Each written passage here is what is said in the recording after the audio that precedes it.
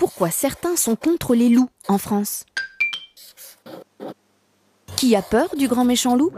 Celui-là, c'est sûr, il n'existe que dans les contes. Mais plus de 300 loups des vrais vivent en France. Après avoir disparu, le loup est revenu dans les années 90 et ne cesse d'agrandir son territoire.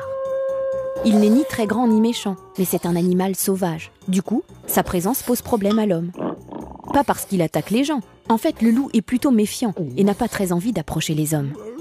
Par contre, ces prédateurs raffolent des brebis et attaquent les troupeaux en pâture dans la montagne, dans les Alpes par exemple. Environ 6000 brebis sont tuées chaque année par le loup. Ça représente moins de 1% du nombre total de brebis. Mais cette perte fragilise les troupeaux. C'est pour cela que de nombreux éleveurs de brebis protestent. Pour eux, la présence du loup en France est incompatible avec leur activité d'élevage.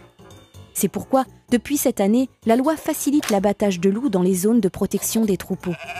Mais n'est-il pas possible pour les éleveurs de cohabiter avec le loup?